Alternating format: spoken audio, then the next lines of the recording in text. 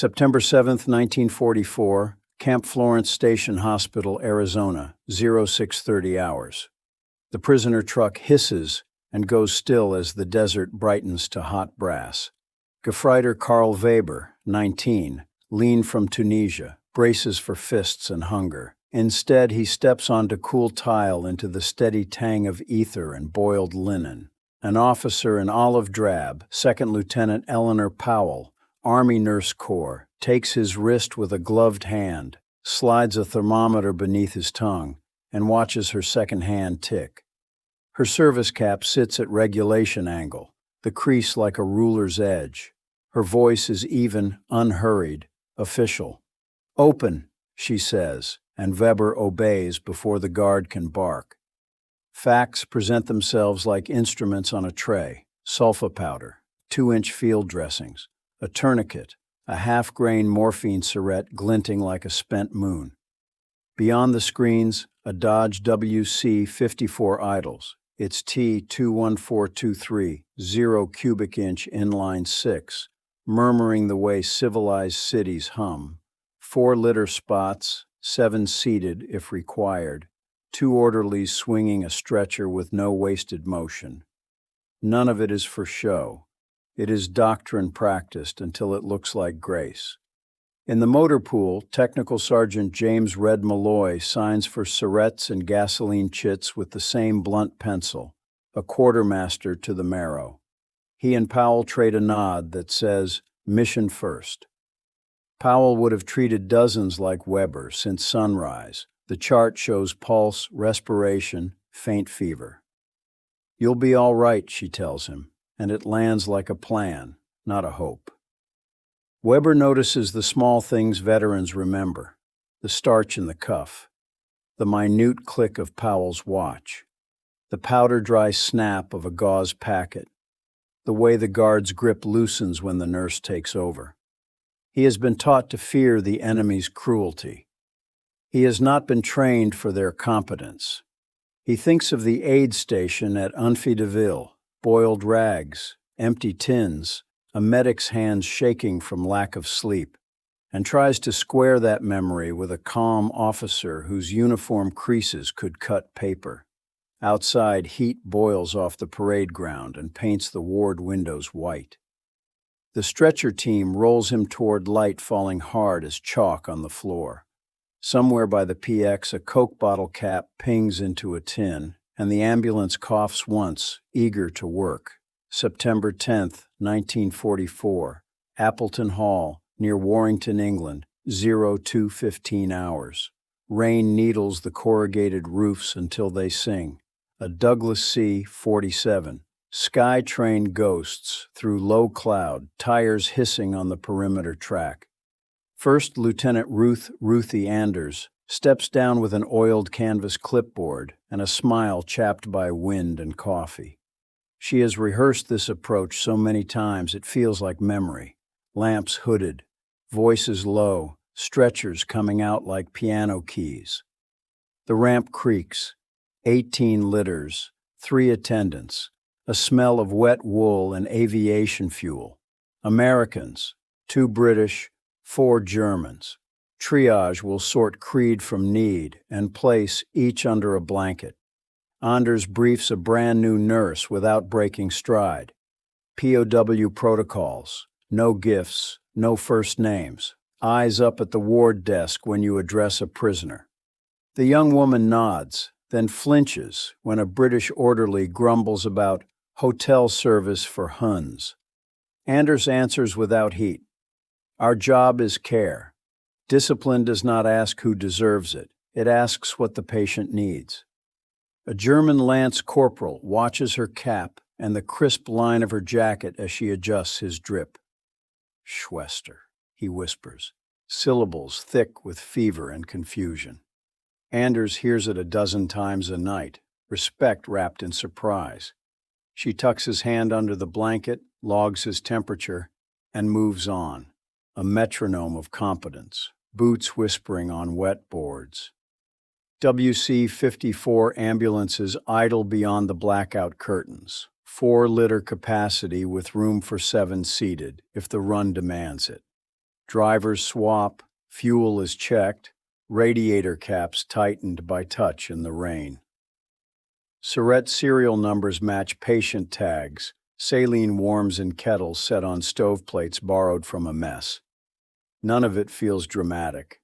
That is the point. The system performs the same in rain or moonlight on Americans and on prisoners who were taught that mercy is weakness. The second SkyTrain lines up on final. Anders looks down at her manifest. Names, numbers, blood types, the night's pulse revealed as arithmetic. She checks a blank labeled bed available, a promise made possible by warehouses of gauze, barrels of fuel, and a roster of nurses whose strength will crest into the tens of thousands.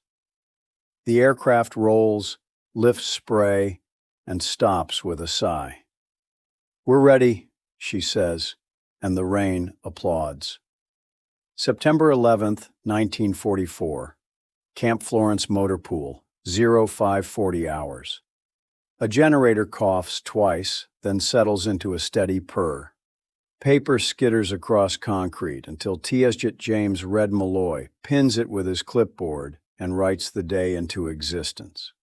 He checks coolant and fan belts on a row of Dodge WC-54 ambulances, 4-liter capacity, 7-seated if required, each powered by the T214 230 cubic inch inline 6 that sounds like patience. Grease lives under his nails, numbers live behind his eyes. The supply truck backs in with a lazy beep. Crates of sterile dressings, sulfa tins, and half-grain morphine syrettes ride the same tailgate as PX Coca-Cola and tinned peaches.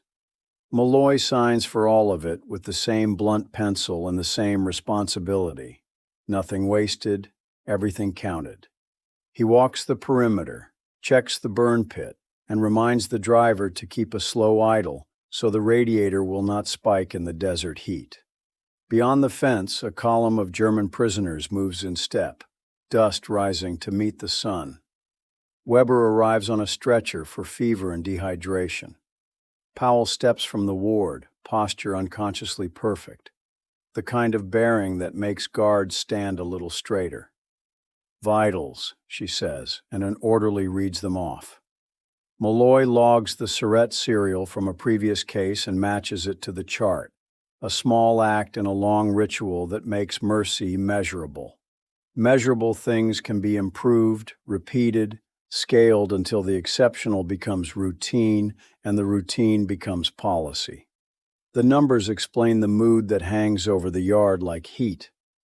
By war's end, the United States will produce roughly 354,000 military aircraft to Germany's 119,000, and about 60,000 tanks to Germany's 20,000. Differences so vast they read like misprints until you walk the rail spurs and motor pools. The medical chain will keep mortality for those who reach care under 4%, a figure that would have sounded like sorcery in 1918. Here, the proof is mundane. Engines start, crates arrive, nurses work. Malloy caps his pen, locks the cage, and pockets the key. Somewhere by the PX, a Coke bottle cap pings into a tin, and the generator smooths into a comfortable hum. "All right," he says to no one in particular, and to the whole machine. "Let's get to work." September 20th, 1944. Camp Florence, Administrative Hut, 0730 hours. The fan ticks like a metronome over a desk stacked with mimeographs. Second Lieutenant Eleanor Powell reads the circular once, then again, tracing the headline with her thumb. POW ward assignments, effective immediately. She hardly reacts, but the ward will feel it. Several white nurses are rotated off prisoner duty. Powell and other black ANC officers are fixed to the PW wards, an official answer to rumors of smiles held a second too long. She walks the ward like a staff ride, bed tags marked PW, diagnosis, number, and time. Charts clipped square, hands washed till the knuckles shine. The desk phone rings straight to the motor pool.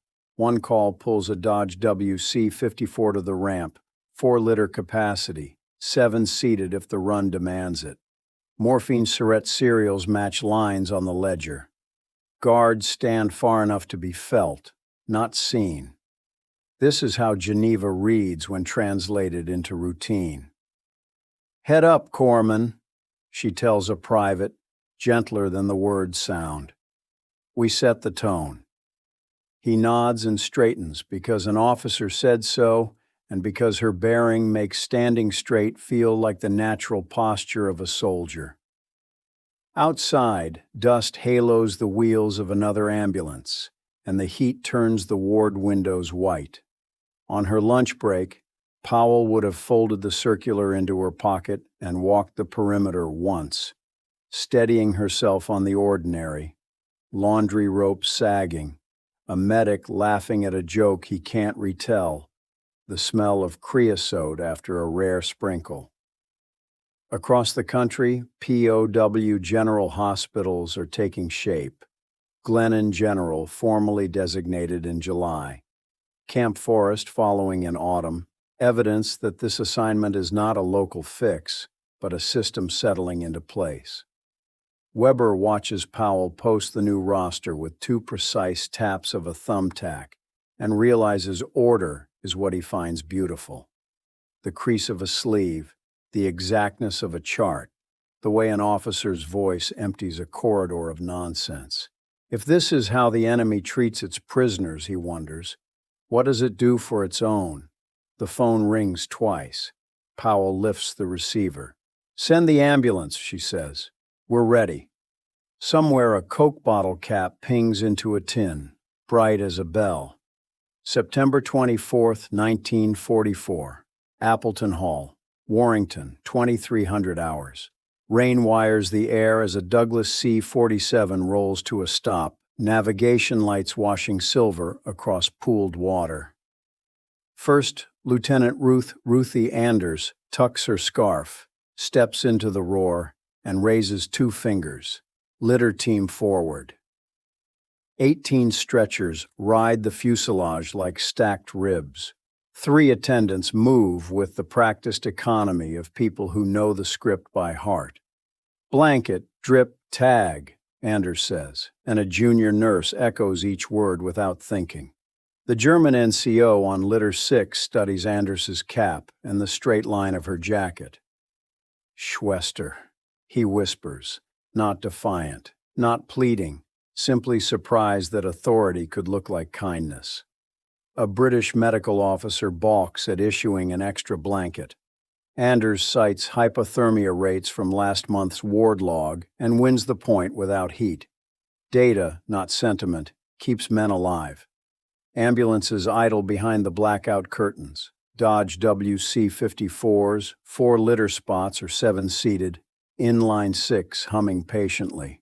Drivers swap, radiators are checked by touch, fuel chits signed on a clipboard gone soft from rain. Surette serials must match patient tags. Morphine is counted, recounted, and locked. Saline warms in kettles borrowed from the mess. Glow strips of luminous tape mark. Edges of the ramp. Blackout paint eats the light inside the ward. Nissen huts drum like held breath.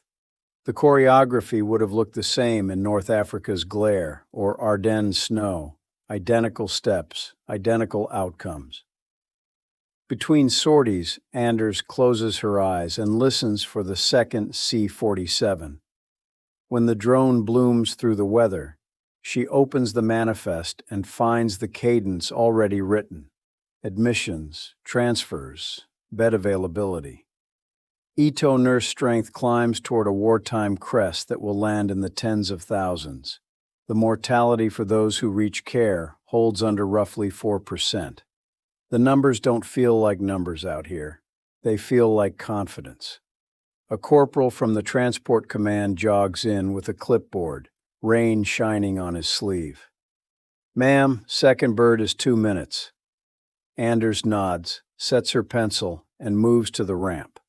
The German NCO watches her go with the grave attention of a man whose measure of the enemy is being recalibrated. The second sky train's landing lights burn through the mist. The ramp lowers with a hydraulic sigh. "We're ready," Anders says to the team, to the aircraft, to the night itself, and the rain applauds again, tinny on the corrugated roofs. Late September 1944. News hops fences faster than memos. In the POW compound at Camp Florence, a story migrates cot to cot. At Fort Lewis, a teenage prisoner stood at a canteen counter, scrip in hand, and could not choose between Coca-Cola and ice cream. He took both. The guard laughed, not cruelly, more like a neighbor passing the salt. Weber hears the tale on his smoke break and files it beside other corrections to his beliefs. In Tunisia, he learned that hunger makes men clever. Here he learns that abundance makes kindness casual. On the ward, Powell keeps her face neutral as two prisoners debate the taste of vanilla. She initials charts, adjusts a flow, and checks that morphine Surette cereals match the ledger. Discipline is the shape mercy takes in a war this large. Across the yard, TSGT James Red Malloy inventories the same trainload that brought in the prisoners. Sterile dressings by the case, sulfa by the tin, gasoline by the drum, and PX crates of peaches stacked beside the pharmacy pallets. The burn pit will glow at dusk with empty cartons and gauze cores that would have been hoarded elsewhere. He is not careless. He is confident. There will be more tomorrow because the factories will not sleep. The scale hides in plain sight. At peak, a single American plant, Willow Run, completed a 4-engined Liberator roughly every hour, day after day, a cadence Germany never matched for any heavy bomber. In 1944, the United States produced more military aircraft than Germany and Japan combined. The figures read like boasts until you watch a rail spur cough up crates you did not even request, and an ambulance engine start at the first touch. Weber, assigned light labor, helps Malloy stack empty Coke cases. They talk in fragments, English nouns, German verbs, the universal grammar of pointing. Malloy shows him the ambulance shop, torque wrench on its peg, radiator cap seated true, spare fan belts looped like serpents on a nail. "We keep them ready," he says, and Weber understands that readiness is a national habit, not a mood. Night comes on with the quickness of the desert. A generator smooths its note, the ward settles into the soft percussion of charts, turning, and boots on linoleum. The rumor of ice cream feels less like a rumor and more like a policy. Somewhere, a bottle cap pings bright as a bell.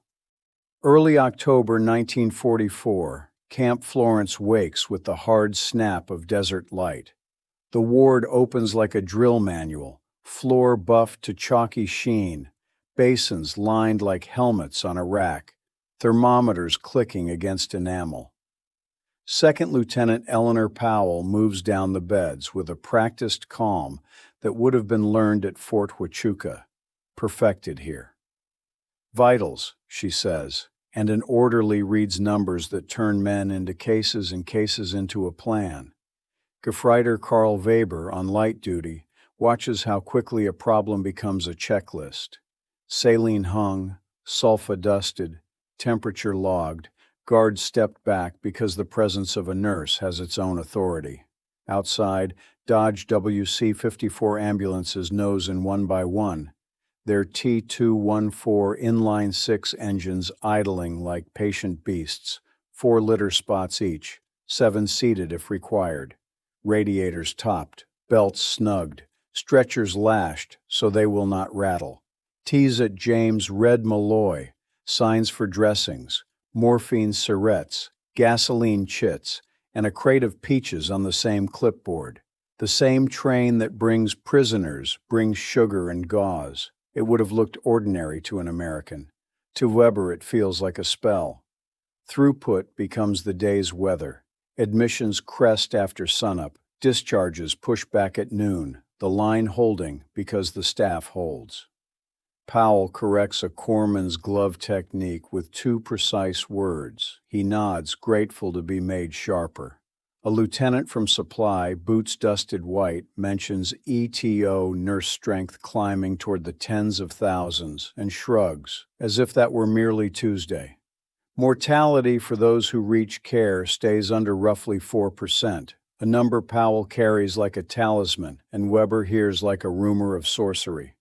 On the rail spur, flat cars clatter through with cases marked for other posts. The line culture is abundance disciplined into predictability. Training turns into tempo. Tempo turns into mercy that can be repeated until repetition becomes victory. Malloy wipes a wrench, slides it into its pouch, and whistles something from a stateside radio show he can almost remember. The afternoon wind lifts the ward's curtains. Ether and carbolic ride the air like clean weather. Engines settle into their bored, confident hum. The day is not dramatic. That is the drama. Tomorrow will look the same, because it can. Mid-October 1944, Appleton Hall wears its reign like a uniform. The perimeter track shines, black as gun oil. First Lieutenant Ruthie Anders stands at the ramp with a manifest that reads like a song she knows by heart. Blanket drip, tag, she calls, and the litter team answers in motion. A Douglas C-47 coughs down, brakes hissing. 18 stretchers slide into weather that smells of aviation fuel, iodine, and wet wool. Inside the black outdoors, Nissan huts tick and ping. Luminous tape makes a soft, constellated road across the ward. A British medical officer hesitates over a second blanket for a POW. Anders quotes last month's hypothermia log and points to the line on the chart where cold turns into shock. He nods. She smiles with her eyes only, then moves. Procedures would have carried across any front.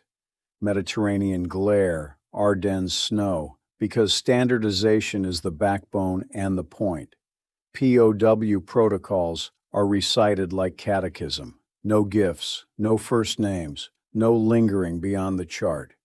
Even so, reverence sneaks in through craft. A German corporal studies the precise angle of Anders's cap and addresses her as Schwester, surprised that authority can be warm. Outside, Dodge WC-54s idle with stoic patience. Drivers swap without speaking. Fan belts checked by touch. Fuel chits signed on clipboards softened by rain. Surette cereals must match tags. Saline is warmed in kettles lifted from the mess.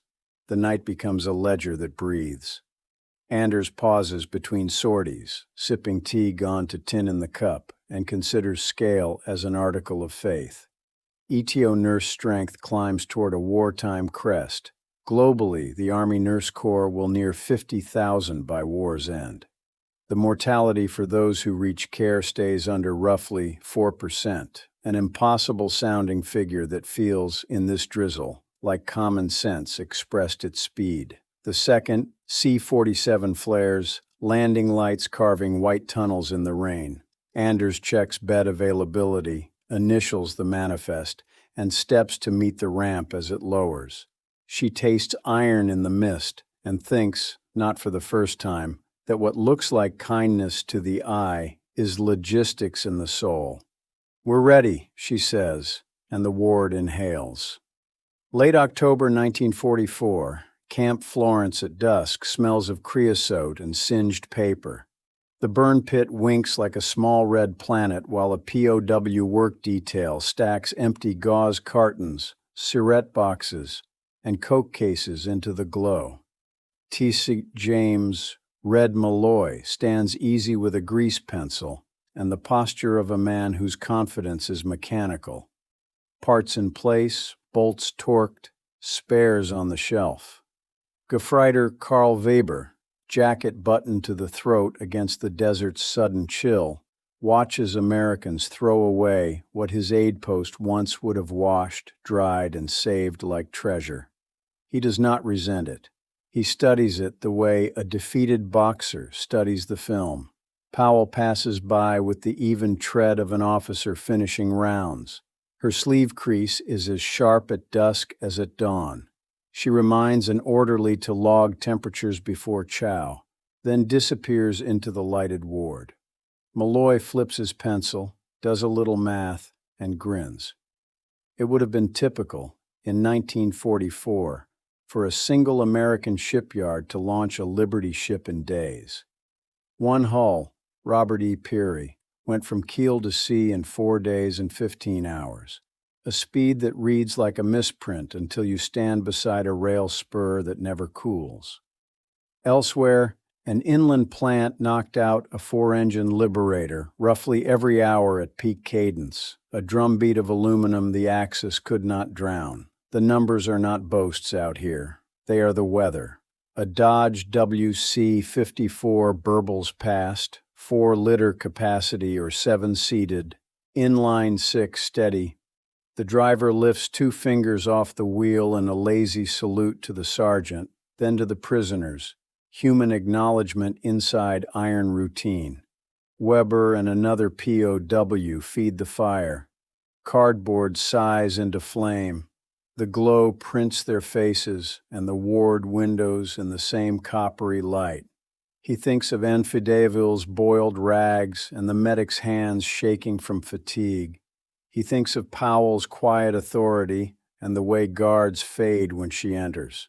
He understands suddenly that abundance is not extravagance here. It is doctrine, enforced by checklists, made visible by waste. Night climbs fast.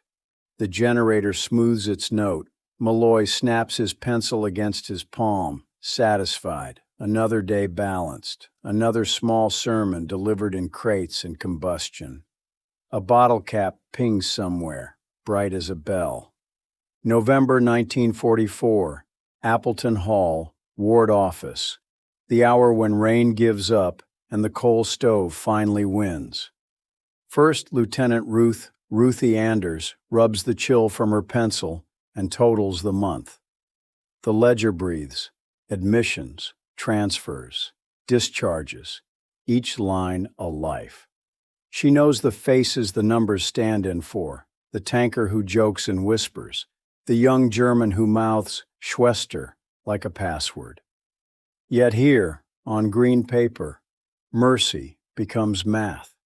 She traces a column where evacuation times have shortened since September, a quiet victory ode to details no one writes songs about.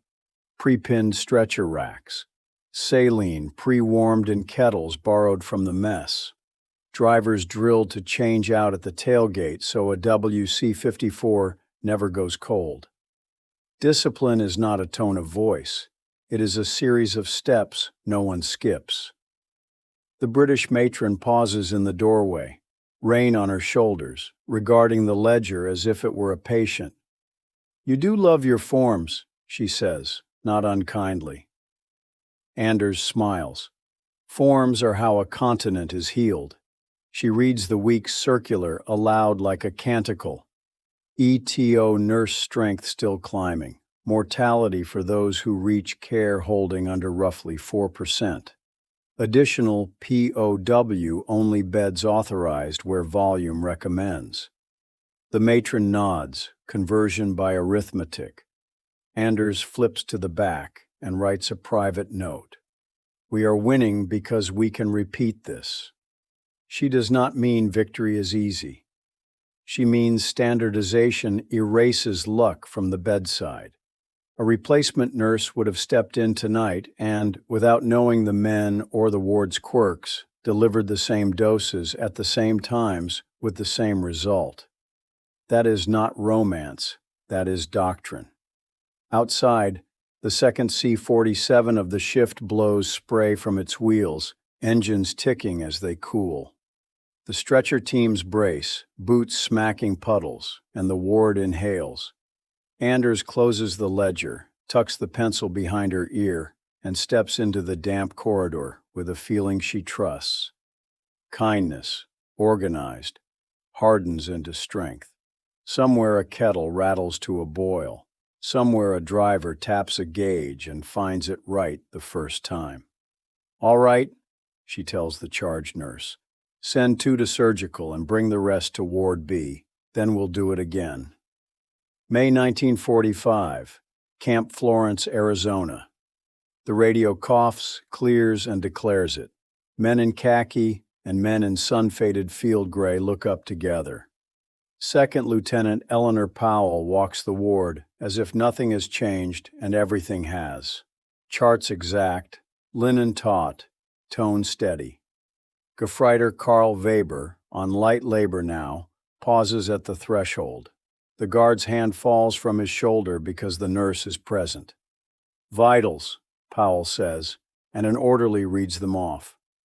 Across the yard, TSC James Red Malloy reconciles the quarter. Cases of sterile dressings signed back, gasoline chits balanced, spare belts counted, the burn pit already cool. He laughs softly at the notion of a hospital that could starve. The numbers have been telling the truth for months. German POWs in U.S. custody counted in the hundreds of thousands. Stateside peak POW totals around 420,000+ without collapsing ration books or frontline supply. Army Nurse Corps strength nearing 50,000 worldwide. By war's end, mortality for those who reached care remaining under roughly 4%. Powell smooths a sheet and looks into Weber's face. He gathers the English he has learned and risks the confession. "Lieutenant," he says, careful with rank, "I expected a whip. I found a thermometer." She inclines her head, neither dismissing nor dwelling, and turns back to the chart. Duty does not gloat.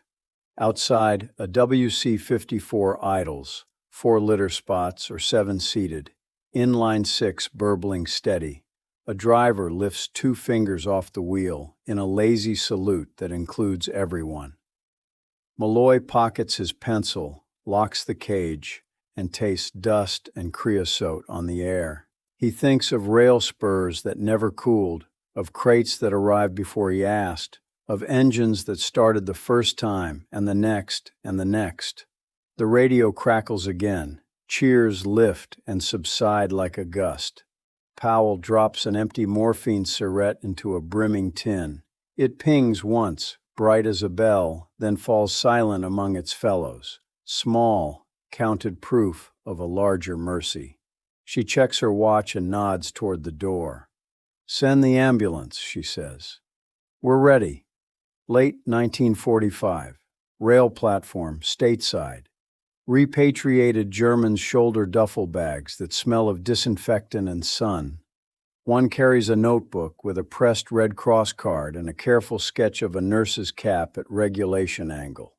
Letters home have already crossed the ocean, describing Coke and peaches, clean wards and women officers whose authority felt like calm weather. The surprise was never only beauty, it was order made visible. Creases sharp enough to teach a lesson, medicine arriving as if by timetable, engines that always turned over. The arithmetic follows them out the gate. America produced roughly 354,000 military aircraft to Germany's approximately 119,000. Around 61,000 tanks to Germany's approximately 20,000. At peak cadence, a single plant rolled a 4-engine Liberator roughly every hour, one factory outrunning an empire. Such numbers feel impossible until you stand beside a rail spur that never cools and a motor pool that never cannibalizes parts. The men remember rules that seemed fussy and turned out to be generous. No gifts, no first names, no lingering beyond the chart. Geneva translated into routines that protected the giver as surely as the receiver. They remember the burn pit, too, empty gauze cartons and syringe boxes sighing into flame. Waste that testified to a warehouse somewhere fuller than fear. For Powell, Anders, and Malloy, there is no epiphany, only continuation. Powell hangs her uniform in a closet that smells faintly of ether and starch and writes to a friend that standards are a kind of love. Anders keeps a pencil and a habit of counting. She hears rain on corrugated roofs in dry weather and knows the system is still inside her. Malloy cannot stop listening for the healthy murmur of an inline six. The legacy is not a speech, but a posture. Industrial democracy learned to mass-produce mercy with the same confidence it mass-produced munitions, and that lesson followed the prisoners home, a rumor stronger than propaganda. The train sighs. The notebook slides into a pocket. Somewhere a bottle cap pings bright as a bell, and a distant engine catches on the first try.